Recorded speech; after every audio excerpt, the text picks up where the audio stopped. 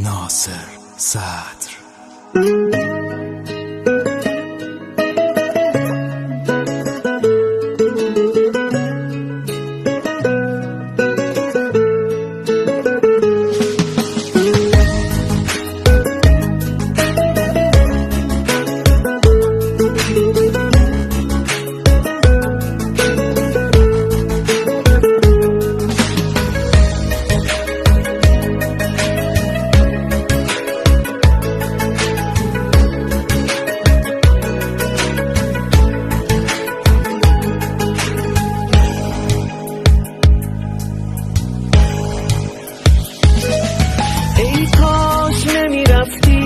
تا به پای تو بسوزم، موندم سر حرفم، سر قولم، من هنوزم.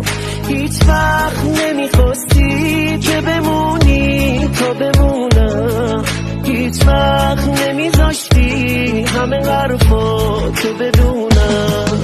ای کاش میدونستی از وقتی که رفتی من کسی ندارم.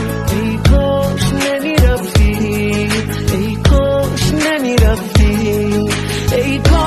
میدونستی از وقتی که رفتی من کسی ندارم.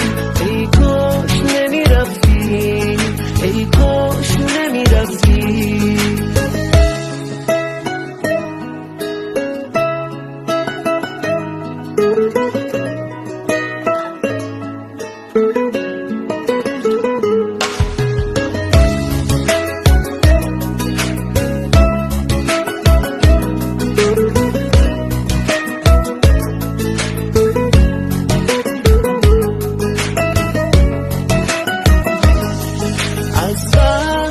رفتی دیگه چشمام سو نداره، این خاطره تلخ منو تنها نمیذاره.